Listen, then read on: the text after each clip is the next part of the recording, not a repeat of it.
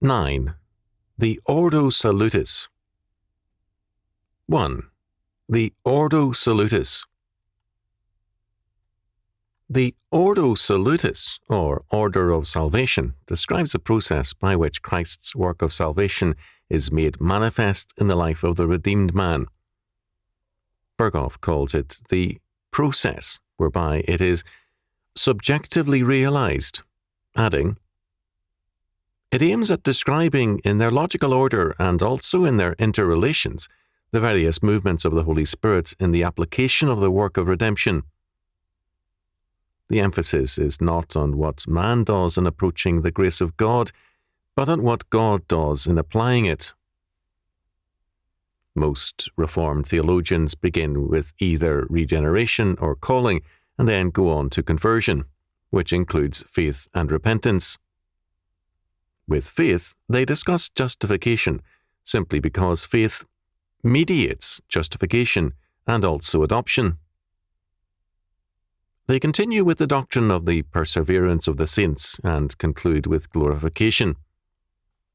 Hoeksema's order is as follows: 1. Regeneration.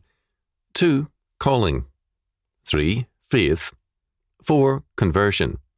5. Justification. 6. Sanctification. 7. Preservation and perseverance. And then 8. Glorification. Hoeksema rightly warns that this order must not be understood in a purely temporal sense, as if the benefits of salvation were granted to the sinner in a definite order of time. What is important is that the sovereignty of God in salvation be recognized, and this has been the great and valuable function of Reformed discussions of the Ordo Salutis. As Berkhoff noted, the Arminian order of salvation, while ostensibly ascribing the work of salvation to God, really make it contingent on the attitude and the work of man. The warnings of Hoeksema and Berkhoff are very much to the point. Neither God, nor his eternal decree, nor any working of the mind of God are subject to temporal process and order, and to ascribe such an order to God's being and eternal purpose is a serious error. To place undue emphasis on what our theological logic tells us that the order should be results in constipated theologies. The purpose of the Ordo Salutis is not to probe and fathom the precise workings of God's mind, but to set forth his sovereignty in salvation. Our salvation does not begin when we experience it, nor is our awareness of our conversion either the beginning or the cause thereof. It is humanism to make the work of salvation dependent upon man's response, but it is also a subtle form of humanism when theologians attempt to force their conception of God's logic onto God. Scripture does not give us a map of the order of salvation. It does set forth God's sovereignty therein. It thereby tells us enough to preserve God's priority and sovereignty in salvation. For the theologian to go beyond that is presumption. It is necessary to emphasize this fact. Within the hour, a telephone conversation with a graduate student at a seminary revealed some interesting things. A widely known and important professor of Old Testament speaks of the law as a parenthesis in God's history of redemption. This, quote, reformed, end quote, scholar eliminates vast segments of Scripture as merely interim law and ethics. What does this leave him in the way of valid teaching? The answer is speculative, quote, exegesis, end quote, or better, eisegesis, and speculative theology. Thus, he holds it is, quote, possible, end quote, to say that in Genesis chapter 1 verse 26, when we read that, "And God said, let us make man in our image," he was talking to the angels. Whom then does the our include? The three persons of the Godhead? The angels? Or is it merely the plural of majesty? This is constipated theology, and it is presumption. The theological calling is not to dissection. Most seminary professors to the contrary, the Bible is not a subject for autopsy. Legitimate scholarship does not ask such questions as, is Genesis chapter 1 verse 26 addressed to the angels, or what has happened to the earthly body of Jesus in the ascension, or the like.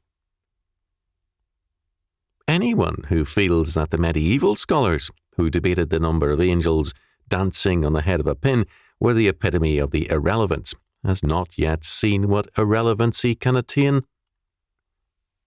A visit to any seminary, modernist or, quote, orthodox, end quote, will give him a new vision of the depths which studied irrelevance and arrogance can attain.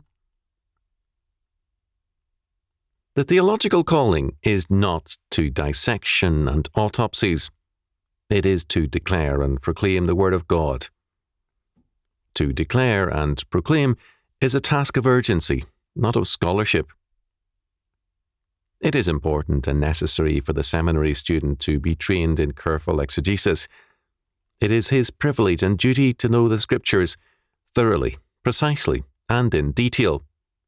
But should a sermon be exegetical or declaratory? The preaching in Scripture is not exegetical. The apostles knew their Bible well, but beginning with Peter on the day of Pentecost, Acts chapter 2 verses 14 to 40, their preaching was a proclamation. It was the gospel. Good news. Paul says, "We declare unto you glad tidings." Acts chapter 13 verse 32. He tells the Athenians of the unknown God, "Him declare I unto you." Acts chapter 17 verse 23. God's word is always a declaration. Jeremiah says, "Hear ye the word of the Lord, O ye nations, and declare it to the isles afar off." Jeremiah chapter 31 verse 10. Neither a precise scholarly exegesis nor an entertaining sermon designed to please people is anything other than dishonoring to God.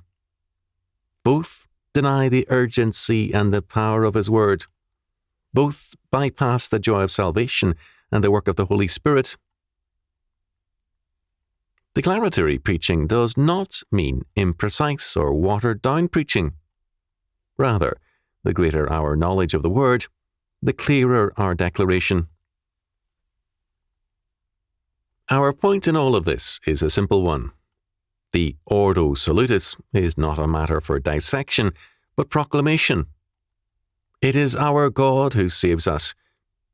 Every aspect of our salvation, from eternity to eternity, and all through time, is of His ordination and predestination, and it is a glorious, seamless garment. The Ordo Salutis sets forth our salvation, wealth, power and security in Jesus Christ. It is not a matter for disputation, but exaltation. Hence, Paul, in the midst of persecution and distress, could say, "For I know whom I have believed, and am persuaded that He is able to keep that which I have committed unto Him against that day." 2 Timothy chapter 1 verse 12. The Ordo Salutis tells us that God is God, and that we can rejoice in our salvation. No man can alter or abate it. It is the work of God Almighty,